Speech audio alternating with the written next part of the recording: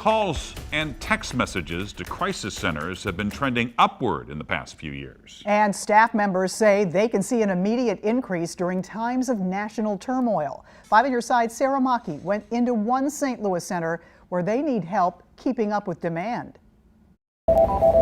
Inside Safe Connections St. Louis office, a lifeline. Safe Connections Crisis Helpline. Their 24-hour crisis hotline for people in the middle of abuse.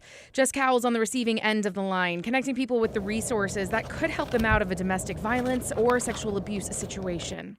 It's really going to be just kind of that intersecting need. Cowell says they have seen a trend over the past 4 years, and their numbers are just climbing higher. Usually those calls were a lot shorter. It was really folks looking for referrals. Once we hit the Me Too era, those calls have really surged. We've seen about an 11 to 15% increase in overall calls. The calls are longer, too. Calls used to last maybe 5 to 15 minutes. Now they're lasting 10 to 30 minutes. Cowell says specific events and headlines can send someone to their service. We do have folks who are disclosing that they called because of a certain event. Sometimes we'll just see an increase of numbers around a certain event happening. Cowell says 80% of their calls come from survivors or someone connected to a survivor, people all looking for a safe place.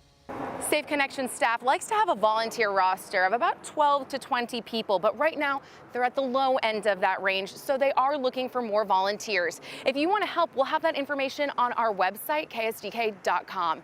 In St. Louis, Sarah Maki, 5 on Your Side.